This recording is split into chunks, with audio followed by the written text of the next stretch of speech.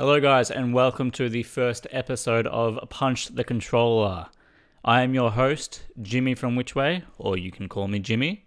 But yeah, I am officially calling my podcast Punch the Controller. I might get into that a bit later as to why I've named it that, but yeah, so here we go. So first up on the list, we actually just finished the UFC 304 event. Lots to talk about. Overall, I think the event was good. Not great, I want to say. I think I watched all the fights. I'm pretty sure. I think I missed a bit of the what is his name? The RoboCop fight. I'm just trying to remember. I think the Gregory Rodriguez versus Christian Leroy Duncan, that fight. I think I missed a little bit of that, and then I didn't watch any of the women's, I don't think. Besides Meatball Molly's, I believe. Which, yeah, was an okay fight. Didn't really expect much from it, but maybe I expected Molly to win. I'm not too sure. But yeah. Anyway, first up on the list, we have our flyweights to start off with. Manel Karp versus Muhammad Mokaev. So, yeah, that was a fight that I was looking forward to. I didn't realize they had so much bad blood, let's just say, between the two. But yeah, just before this fight started, they were getting into a scuffle. The security had to be called in on both sides of the octagon, so that was pretty nuts. But yeah, guys, come on. You could have just waited until you were literally seconds away from beginning the fight. All right, there's no need for that. The bad blood to start before the fight even begins, because there's so many things that could happen. The fight could get cancelled. It could fines could get issued between the teams, and it's, in my opinion, it's just a bit over the top, especially if, they're pretty, I don't know whether to call them big names or not. They're obviously two of the best flyweights in the world, in the flyweight division, and I've seen a few carp fights. I obviously saw what he said about Kai Kara France, and I'm a big Kai Kara France fan.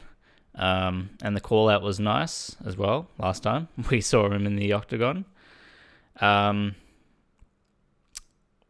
yeah, the fight had good moments. I just don't know.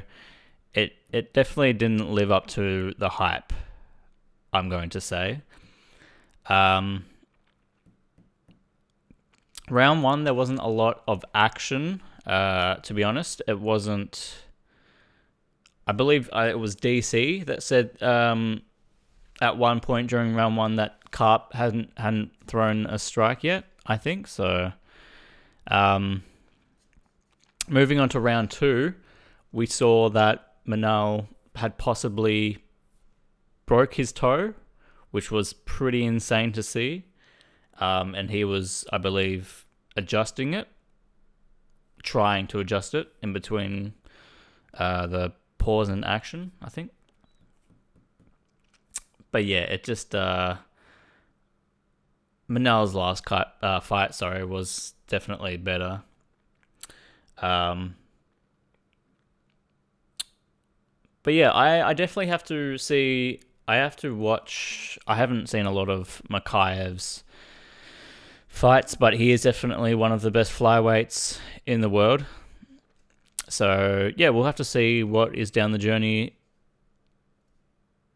for him. And yeah, I believe he wants a crack at the title now. And we'll have to see what's next for Manel, because he's, what is he, rank 10, rank 11? So Yeah, Manel is, to me, he definitely brings that excitement for sure. Like, I swear he has beef with a lot of fighters. But I don't know, yeah. He's definitely... I don't mind his fighting style. It's pretty wild, especially in his last fight, which was the fight of the night, I believe, in Perth. I could have been wrong, could be wrong, but yeah. So definitely one to watch out for, and yeah, we'll see what's next for those two. So next up on the list we have Giga Chikadze versus Arnold Allen. I like both of these guys, man. I like Giga a lot. I like Arnold Allen. I've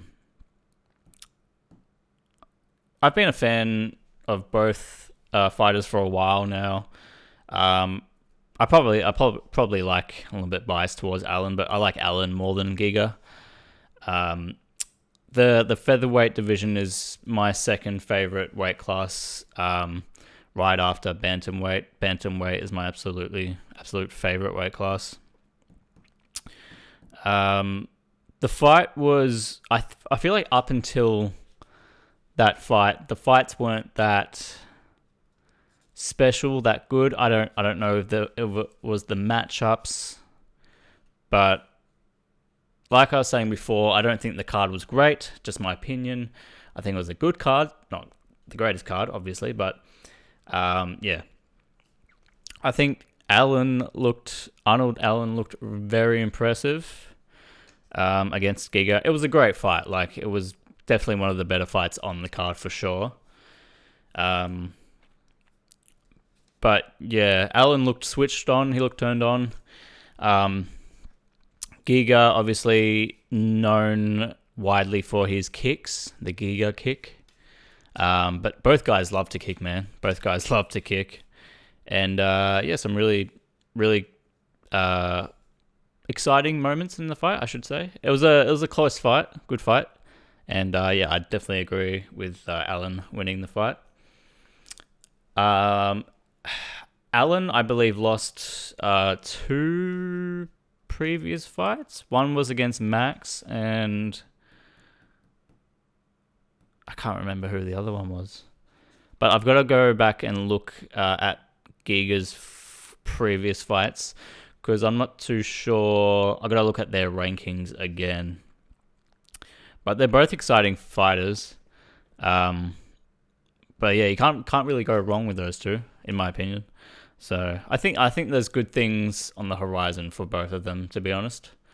Like, I think, again, these two are two of the best fighters in the world, and I think I just realized, is Giga ranked? I'm not too sure. I'll have to check, actually, because it is stumbling me a bit. So we'll look at the featherweight division.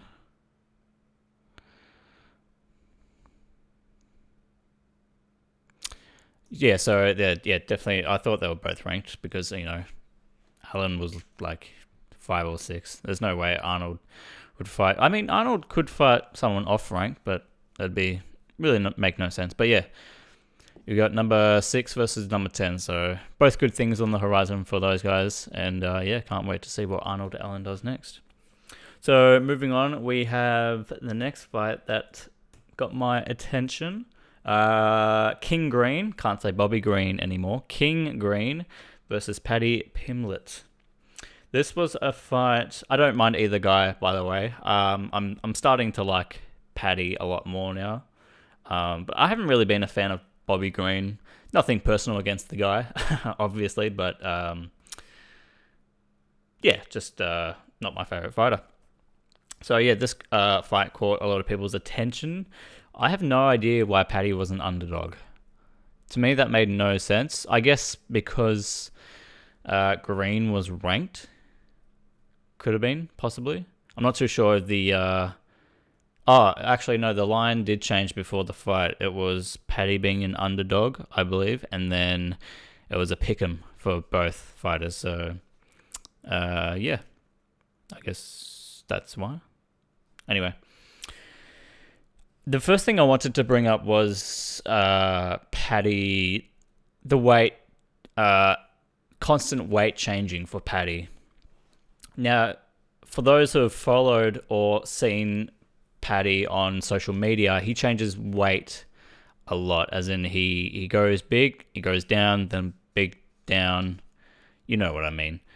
Um, it's not only impressive, but it's kind of it's dangerous. It's not like you see what he does to his body, and you just say, that can't be uh, healthy at all for the human body. Um, like it's impressive every time he goes. He eats all this food and then he cuts that weight back down as soon as he has a fight and whatnot. It's pretty insane to me. It's pretty insane, but um, yeah, I just don't know how long he can keep that up for. Like it's yeah, I'm a bit concerned at this point because he's done it quite a lot now, but yeah, I don't really know why he does it. I mean, he can do it, sure. Who am I to judge? But yeah, interesting for sure. It was a fairly quick fight. I want to say I can't remember which. Uh, I think it was a round one submission. I'm pretty sure. To be fair, I did not expect a submission finish. I thought Bobby would have lasted a bit longer. Um, and yeah, I expected Bobby to. I can't say Bobby anymore, but it's going to become a habit now. Green. Yeah, I expected Green to last a bit longer against Paddy, I'll say. But nonetheless, Paddy won by submission. I think Paddy is that good, honestly, at this point. Although King is only ranked 15, I think if we have a look at the lightweight division against just absolute killers right now, like the lightweight division has never been one of my personal favorite divisions, and I will probably get attacked for that, but I'm a big fan of the smaller weight classes. I think welterweight is definitely my third favorite weight class for a few fighters specifically. But yeah, I think lightweight and middleweight is kind of a tie for me at this point. But looking at the lightweight rankings now, the top 15 got some pretty bad men in there. Pretty bad men. And I think if Paddy were to take on any of them, he would stand a fair chance, honestly. I don't think... Let's play matchmaker a little bit now. So we just defeated King Green. He is now ranked come in a few days' time from this recording.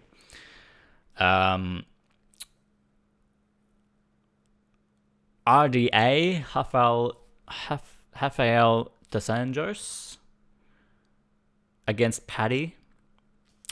I think Paddy would win that. Jalen Turner is an excellent matchup, I think. I think that should be a fight to make in the future. Benoit Saint Denis is currently facing Renato Moicano. And funny thing is, Paddy called out Money Moicano after the fight. I think that would also be a great matchup as well for Paddy. It's hard to tell who would win that. But I think either Jalen or Moicano will definitely test Paddy. And after King Green definitely would be his hardest fights if they go down that road, which I think they absolutely should, because Paddy really, in my eyes, doesn't have much to lose. I think now that he's just gotten in the rankings, will do in a couple of days' time, he doesn't really have much to lose. Like, he's top 15. Unless he was fighting someone in the top 5, he doesn't really have a lot to lose. So, and hasn't lost a fight in the UFC yet, I believe. No, he hasn't. So, yeah, I think if they match up Moicano with Paddy, I'd be pretty happy with that. Yeah, it was a good fight for as long as it lasted, and yeah, I think that's about it for that fight. So moving on, the next fight definitely got my attention. It was a rematch between Tom Aspinall and Curtis Blades. Now, the first fight was very disappointing, just with the way it finished. Not that it wasn't going to be a good fight. I still think Tom would have won that, though. I am a huge Tom Aspinall fan. He's very likable guy, a very likable fighter. But yeah, it's a shame the way the first fight ended with Tom being injured. But the two ran it back, and I had in my head like it was. Tom is very good. Like, he's exceptionally good. He's one of those. He's one of the best heavyweights for a reason, and I just knew the way Tom fights. There was no way it was going to last 5 rounds. No way in my mind. No way in the world. By the way, my lighting is definitely got to work on my lighting. But at least the sun's up, hey? At least the sun is up. It does help a little bit. But yeah, this one was also a very quick fight, I believe. This one was round 1, and it only took 60 seconds for Tom to knock out Blades. Blades, I'm not the biggest fan of Blades. Curtis Blades, again, nothing against him personally, but I think Blades relies heavily on his wrestling. Even though he does strike, obviously, but I just think Tom's striking is so much quicker, so much crisper. Even though Tom does get hit a few times here and there, but yeah, I just think Tom Aspinall is just that good. And another thing also is, was that the quickest title fight ever? Or just maybe in the heavyweight division? I'm just trying to think. Because the title fight that I can recently think of is Volkanovski versus Topuria. That was a fairly quick fight. I can't remember if it was round 1 or 2 finish, round 3 even, but I'm just trying to think, because that's 60 seconds round 1. That's fairly fast. Izzy versus Pereira didn't take that quick. Didn't take that quick. It lasted quite a bit. Yeah, no, I'm gonna have to look it up, because that was such a quick.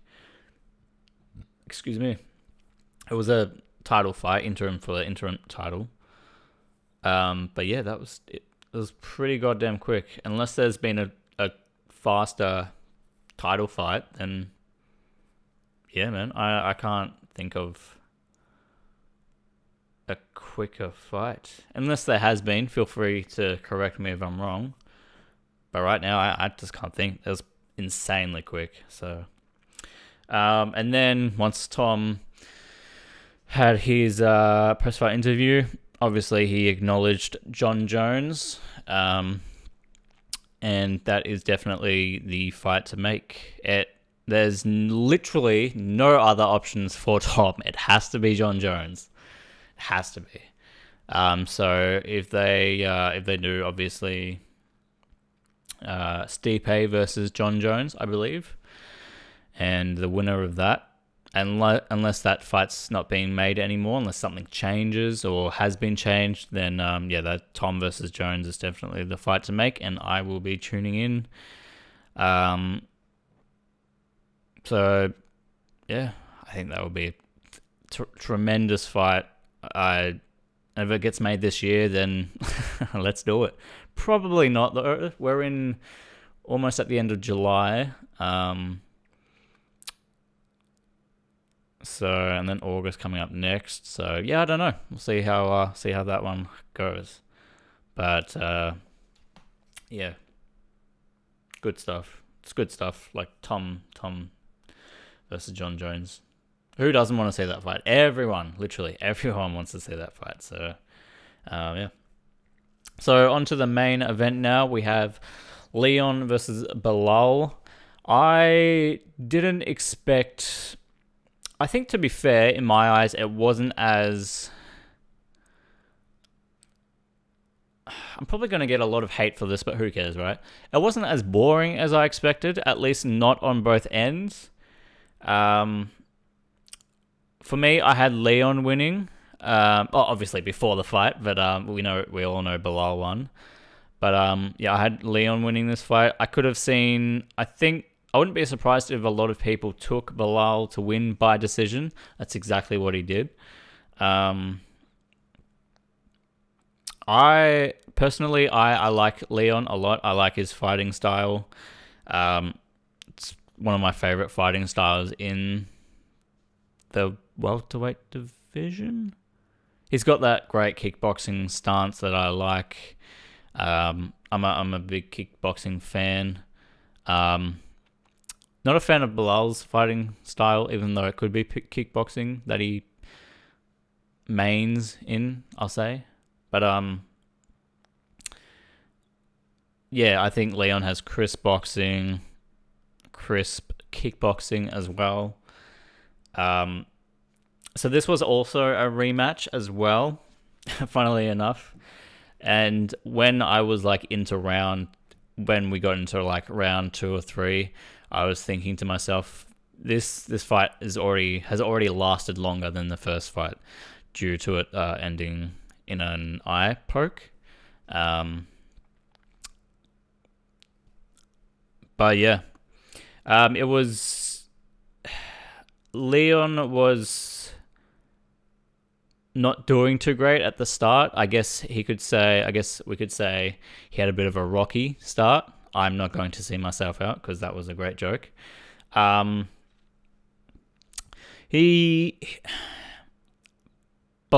in the first couple of rounds was doing great in my eyes. Leon wasn't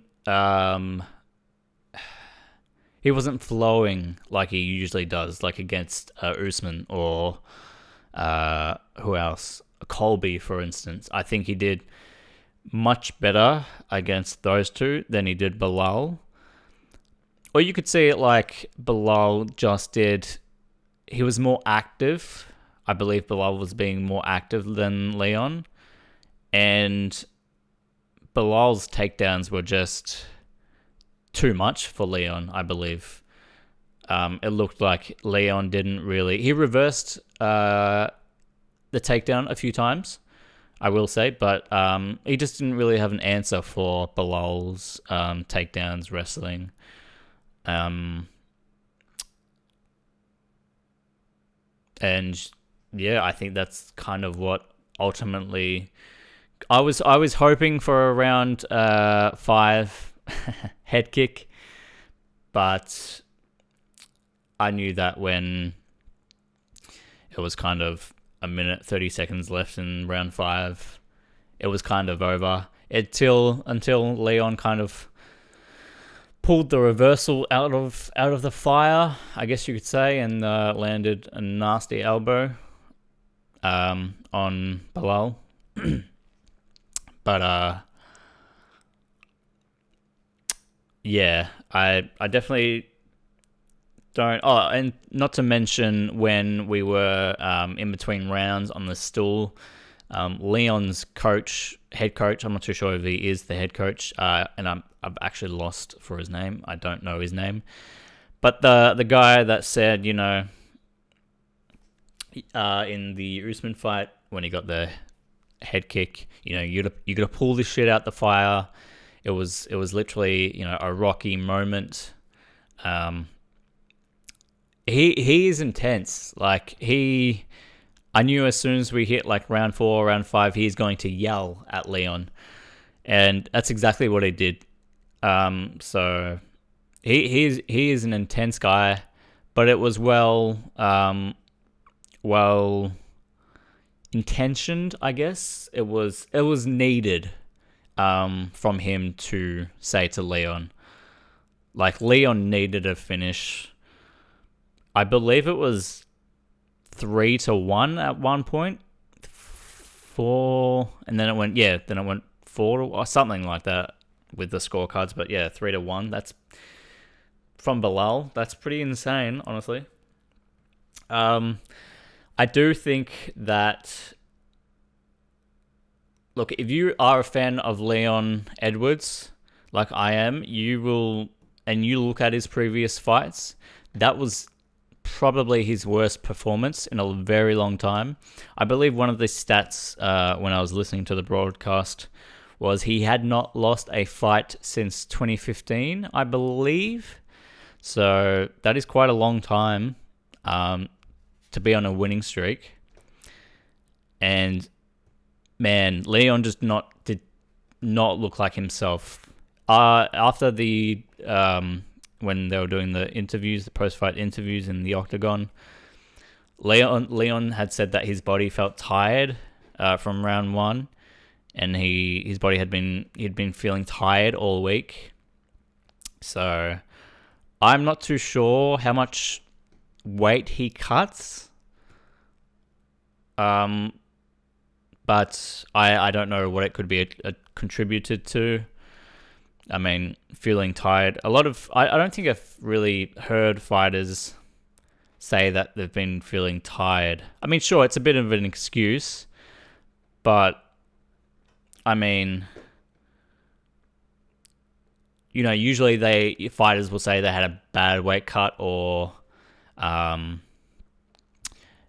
they have an injury, like Connor, or against Dustin, something like that along those lines. But no, he said he felt tired, so there must be something more to that. Maybe there's not. I wonder, because I do watch a bit of his stuff on YouTube, his training camps and whatnot. They're pretty insightful, so I'd be curious to see, if there's more to that, more to being tired or whatnot. But yeah, that may have been his worst title defense to date. He just did not. It just makes me wonder how good Bilal is. We've seen him against Sean Brady. I thought Sean Brady was going to win that fight. He won against Sean Brady by stoppage as well. Who else has he fought? He fought Gilbert Burns a while back. He won that by decision. I thought Burns was going to win that fight. Boy, was I wrong. Boy, was a lot of people wrong. Yeah, man. I like Leon, but that fight was just not it. I might look into it, but I mean, maybe there's nothing to look into. Maybe he didn't have a great training camp. I'm not too sure, but yeah, we'll see what's next for Leon. Still a huge fan. Like, imagine being a fan of Leon and then watching that fight and then just, fucking him off. Like, it's just, I'm a fan of Leon, have been for a long time, and I will continue to be a fan of him for a long time. So yeah, it also makes me kind of wonder how much of a chance would Bilal stand against Kamaru Usman. It makes me wonder so much. If I'm gonna have I was wondering who so I was like, when I saw their rankings, Bilal was number 2, and I was like, who's number 1? So it's Kamaru.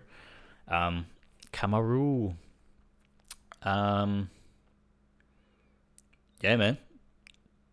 Bilal versus Kamaru, probably end of year or next year title fight, unless they make another fight. But yeah, we'll see how far Bilal gets.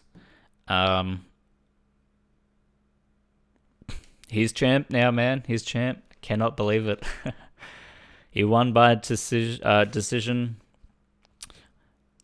To be honest, I was expecting Leon to finish Bilal, but looking at Bilal's previous fights, he's got some hands, man. He's got some hands, so we'll see what's next for him in the division, and also Leon. I could also play a bit of matchmaking now with Leon. I mean, I think Leon is a great champ. I just think he needs to be more active. I think a lot of people feel that way as well. If he was more active, I think he'd get a lot more fans. Not that he doesn't already. I think he'd get a lot more... I don't want to say attention. I think people would just like him a bit more, maybe. I know a lot of people don't like Leon, but I do. So we've got one of my favorite fighters at the moment, Jack Della Maddalena, from Perth. We've got Shavkat, number 3, and I believe they're trying to make. I don't know if they're actually trying, but Ian Gary versus Shavkat. They've been kind of going back and forth between each other. Would love to see that fight.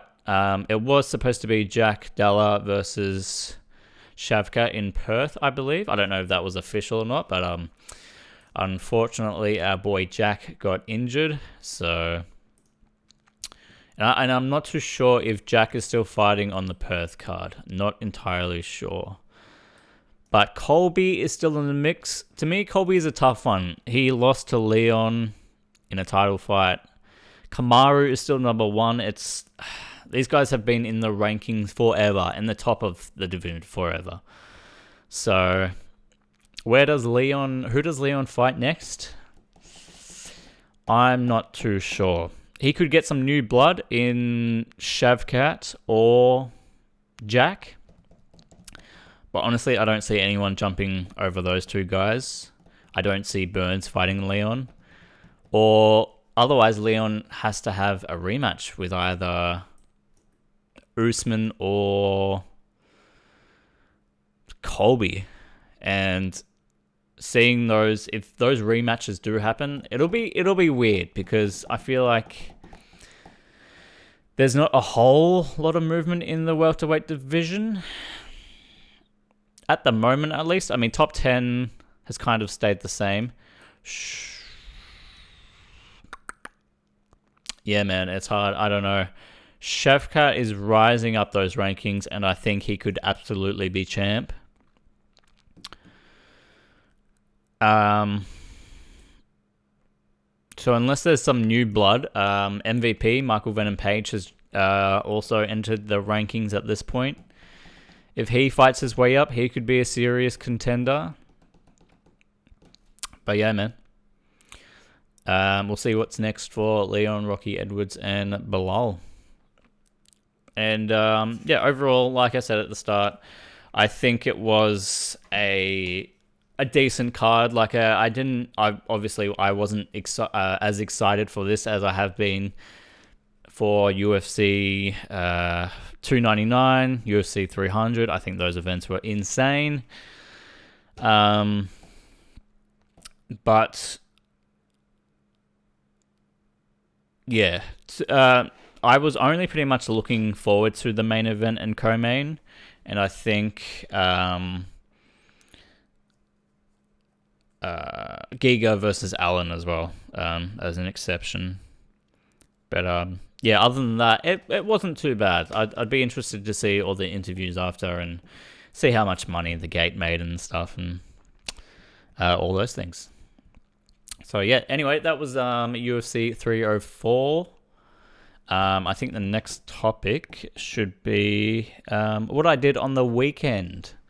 Just a little something. I went and saw The Deadpool and Wolverine movie, that was extremely fun. In terms of Marvel movies and the Marvel Universe, the MCU, huge fan of Marvel. I love Marvel movies. I will try. No, I will not try. I will make this a spoiler-free discussion because as I'm recording this, the movie has only been out for a couple of days. So yeah, I went and saw it at a late night session, as you do, because who would go during the day? That's a bit, you do you. But to be fair, I'm also a person who would go to the movies by myself. I couldn't care if I go with someone or not. I'm going from my experience, my viewing experience. And depending on the movie, MCU, for example, if it was a Marvel movie, maybe I would want other people to be in the theater with me. But say if I was going to a normal movie, I don't know, what can I say, Transformers, maybe I wouldn't. Maybe I'd want 3 or 4 others in the theater. That's about it. But yeah, that's the type of guy I am. But yeah, Marvel, huge fan. We actually had a Comic-Con this weekend as well taking place. So there is a lot of news and trailers and whatnot that I'm going to have to check out after I record this podcast. Yeah, but first off, Deadpool and Wolverine. I was looking very much forward. That's a sentence. I was looking very forward to seeing this movie. I am not the biggest fan of Deadpool. I think this movie has started to really get me on board as a Deadpool fan. I really enjoyed the first movie. Second movie was a bit hit or miss. I still enjoyed it, but yeah, still a hit or miss for me. I think, honestly, this was my favorite Deadpool movie out of all of them. I feel like a lot of people feel that way as well. Deadpool and Wolverine, obviously, this movie had the added addition of Hugh Jackman as Wolverine, back as Wolverine. I'm also not the biggest Wolverine fan. I mean, out of all the X-Men, I think my favorite characters would be Gambit, Cyclops, and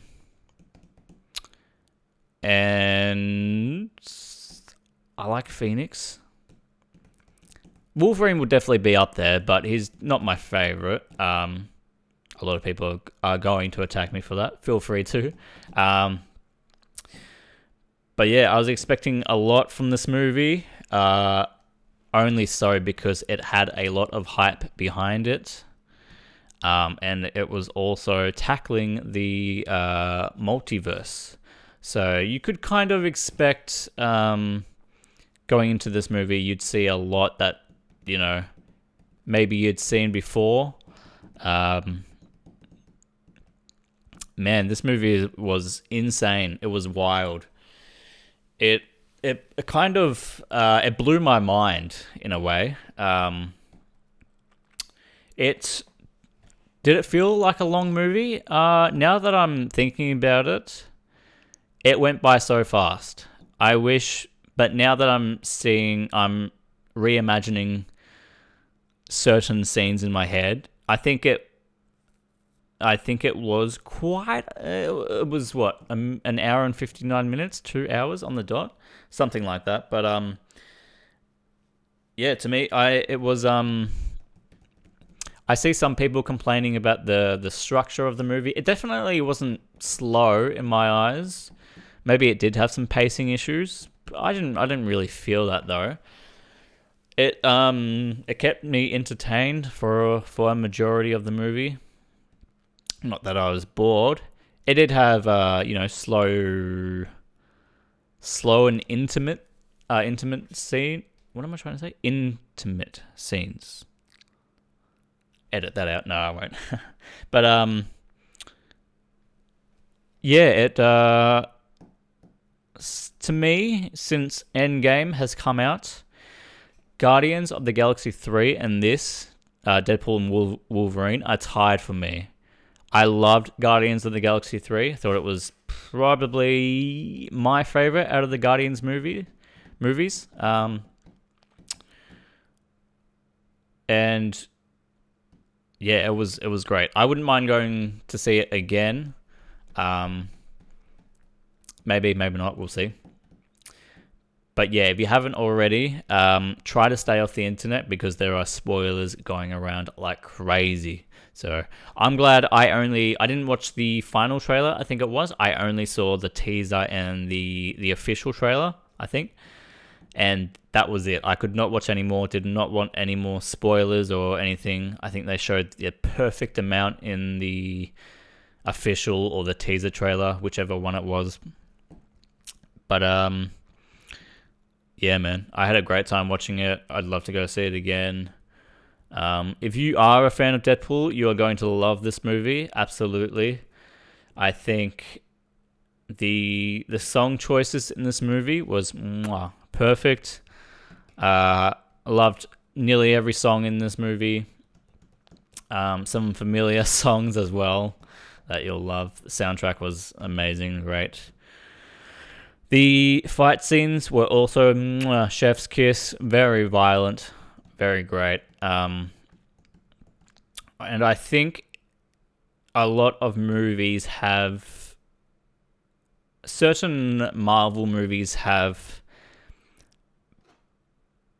difficulty balancing characters for on-screen time. So maybe, let's say, a perfect example are the Avengers. The amount of characters in the Avengers, the amount of screen time and balancing that you have to do is insane. So, you got Iron Man, you got Captain America. How are you going to balance those two characters out with the amount of screen time? If it's a 3-hour movie, great, you have a lot of options. If not, 2-hour movie, not so many options depending on how many characters you have. But I think the Avengers movies are kind of hard to balance characters, especially when you have like 10, maybe 8, maybe less. But this movie had Deadpool and Wolverine. I think they got, obviously I think Deadpool got a lot more screen time than Wolverine, but I think Wolverine had a good amount of screen time, a great amount of screen time. So considering Wolverine was in, it's called Deadpool and Wolverine. So if you haven't already, please go see the movie. It is great. It is fantastic. I think you'll really enjoy it. I gave it a solid 8 out of 10. So there's my scoring for that. And yeah, that's what I did on the weekend. Good times. So this next segment is kind of, we are getting on the verge of video games now, the video game topics side, the segments. So I thought I'd tell you guys a little bit about what I play, and what games I'm looking forward to for this year. And I can't really talk about games that are coming out next year because we haven't really got that much of a slate for next year besides GTA 6. And also that I also think that will get delayed. But hopefully not. So I play, for those who haven't discovered my channel, I play Xbox. Even though I grew up with, I pretty much grew up with, I don't want to say every console, but I grew up with a large majority of, anyway, where was I? I grew up with, I was very grateful, very lucky to grow up with kind of both sides, both PlayStation and Xbox. And I kind of lent towards, I don't know, it's hard. I think I grew up with PlayStation 1, so that definitely, I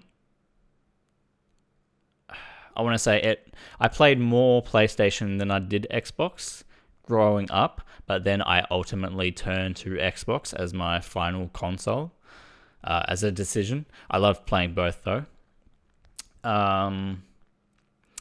It was kind of after that I got into sort of PC gaming, I guess you could say. I started playing small online RPGs that didn't require, downloading. They were just kind of RPG browser games. And those were great as well. But yeah, I play Xbox. I have an Xbox Series X. I don't play on PC. I use my PC to stream and to record my videos and stuff. But yeah, I've just started a Twitch. That's bright enough. I've just started this year streaming to Twitch, so there's that. Lately, I've been playing the Callisto Protocol. I like to add a bit of horror games when I can. The last horror game, good one I played, I would say. Oh, excuse me. Would probably be Resident Evil 8 Village, I believe. Unless there was another one that I can't think of. But yeah, whenever I can, as I do add variety, I like to think of myself as a variety YouTuber / streamer. I like to add horror whenever I'm not playing a first-person shooter or RPG. Although I haven't really played an actual online RPG for a long time, I would say. So yeah, I've been playing a lot of first-person shooters lately, except for Fortnite. I stopped playing Fortnite a long time ago. It's been 4 or 5 years now that I stopped. It wasn't boring to me. I'm sorry, it was boring to me. I think players were just getting too good. I do not play build at all. I am a no build type of guy. But I think it's a lot more fun now. I think it's a lot more dynamic, and I'm having crazy fun with it. So who would have thought, huh? Who would have thought? But a long time ago, Fortnite has been on my channel, and who thought it would be coming back? Certainly not me. So yeah, it keeps on evolving. And I like it the way it is now. Maybe the seasons and content could do with some changes, but the way it plays, I like it how it is. So hopefully it'll be sticking around the channel for a bit longer. I think it will, honestly. I think it will stay for a long time. As long as people keep playing it, which I think they will. There are a lot of kids out there in the world. Not that I'm a kid, but yeah. So I've got the Callisto Protocol, currently doing that playthrough / walkthrough of that on my Twitch channel. And I've also just started, if you haven't seen the video already, I have started a second channel specifically for my Twitch videos and longer playthroughs and whatnot. So yeah, just videos that don't require a lot of editing, uncut stuff, and for those of you who prefer the longer type of videos with it allows you to kick back, relax, grab some popcorn, maybe a drink, and enjoy my idiocracy playing games on there. So yeah, exciting stuff. So yeah, I've streamed a few times playing Fortnite and stuff. I've also recently got back into Call of Duty. As I'm recording this, Modern Warfare 3 has just been added to Game Pass, Xbox Game Pass. So I've been jumping into that a bit. And yeah, I'll be playing that a bit, stream a few times as well. And I say a few times, I'll be streaming it until Black Ops 6 comes out, which is a game that I'm looking forward to. I've been seeing all the gameplay, and obviously I watched the Xbox showcase, and they showcased the game, the zombies, the multiplayer, and the campaign as well. So looking forward to that. A very, very good thing. It's being added to Xbox Game Pass, so it will be free. Although you do have to pay for, Xbox Game Pass and whatnot. But, you don't have to spend, in my country, $100 to buy a Call of Duty like you usually do. So, which is an added bonus. So, They will see how the sales go for that, and I believe they'll be making money from the skins, cosmetics, as they usually do and whatnot, DLC, whatnot, blah blah blah. What else? Round-based zombies. Round-based zombies is coming back as well. Very exciting stuff. I've been a huge zombies fan for a while. Black Ops Cold War was not the biggest fan, in all honesty. I am much a Black Ops 1, Black Ops 2 zombies fan. And I played quite a bit of Black Ops 3 zombies as well, so... yeah, so Black Ops 6 got another Black Ops game in the franchise, so we'll see how the zombies play out. And I think that's really all I'm playing at the moment. Fortnite, Call of Duty. I'm just trying to think anything else. Let me have a quick look-see. Look and see what we can find.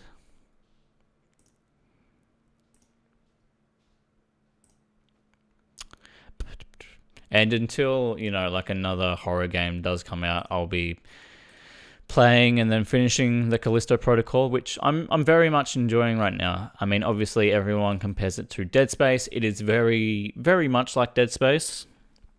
I didn't really play the Dead Space games growing up. I've played a bit of 2, I believe, and I've played a little bit more than a little bit of Dead Space 3. So, and I did also play Tekken 8 for a while, but I think the skill gap with me just got a bit too much, if I'm honest. I do want to go back into that game, but I just have to learn. For those who haven't seen my Tekken 8 videos, I am a Dragunov main, which is surprising to me because I've, in the previous games, never really played Dragunov. So... I think I'm not too sure if he's in Tekken 6, but obviously he's in Tekken 7. So, yeah, definitely a drag main. And yeah, there's... Why did I do that? Oh well. Anyway. Yeah, I think those are the games that I'm playing right now. Pretty much only Fortnite, Call of Duty. Yeah, until new games come out. But obviously I'm a variety streamer. There's a lot of old games that I used to play that I don't anymore. Maybe bring those back. Maybe get back into Overwatch 2. It's hard these days. Overwatch 2. Just trying to think. Hitman 3. And yeah, those are just to name a few. There, since the Xbox showcase, there have been some games that I've been looking forward to. Some of them being Stalker 2. I've never played a Stalker game in my entire life, but Stalker 2 looks fucking fantastic. So, and I've only just been reading that it's going to be quite a difficult game. So, it looks amazing. Probably going to get that. Hopefully I do. See what content I can make out of that. The next being Warhammer 40,000 Space Marine 2. Again, I've never played a Warhammer game in my life, but this looks good as well. It looks good to me. You've got some campaign, got some story stuff, and then you've got some PvP as well.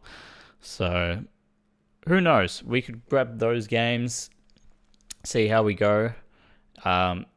There's not that many games coming out at the end of the year. I think, in all honesty, when Black Ops 6 comes out, I think I'll be making a lot more content than I will be on any other game.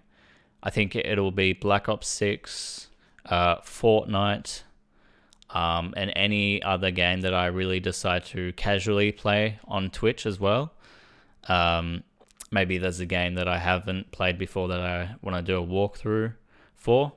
So if that's the case, I'll be doing a Twitch stream.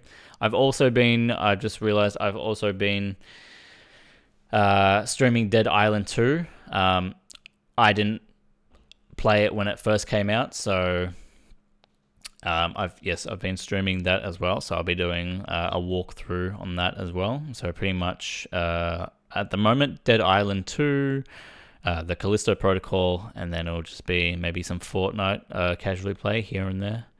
So unless there's a game that I've missed that I'm looking forward to for this year at least, then I think that's about it.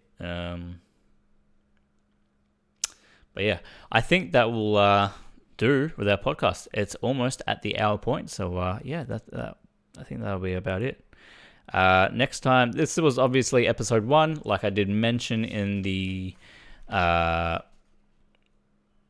video about making a podcast. I did say that episode 1 was going to be just me, kind of introducing what the podcast will entail, what it will be about. And episode 2 and the rest, you can absolutely expect Jackson, otherwise known as TVT, to join me as my co-host, my guest. But yeah, I think that's about it. I want to say a massive thank you to you guys for all the support. I do this for you guys. I do this as a hobby, but I'm not. I don't want to put myself down, but I want to be the best that I can be. I want to take this further. I want to take this so much higher than it is. But I expect good things if I believe in myself. I absolutely believe it's possible. Anything's possible. So, and just a bit of short motivation for you guys. Don't know why, but who cares? Thank you guys so much for watching. Appreciate your support, and I'll see you. We will both see you, even though he's not here right now. Jackson and I will both see you in the next episode we make. See you guys next time. Peace.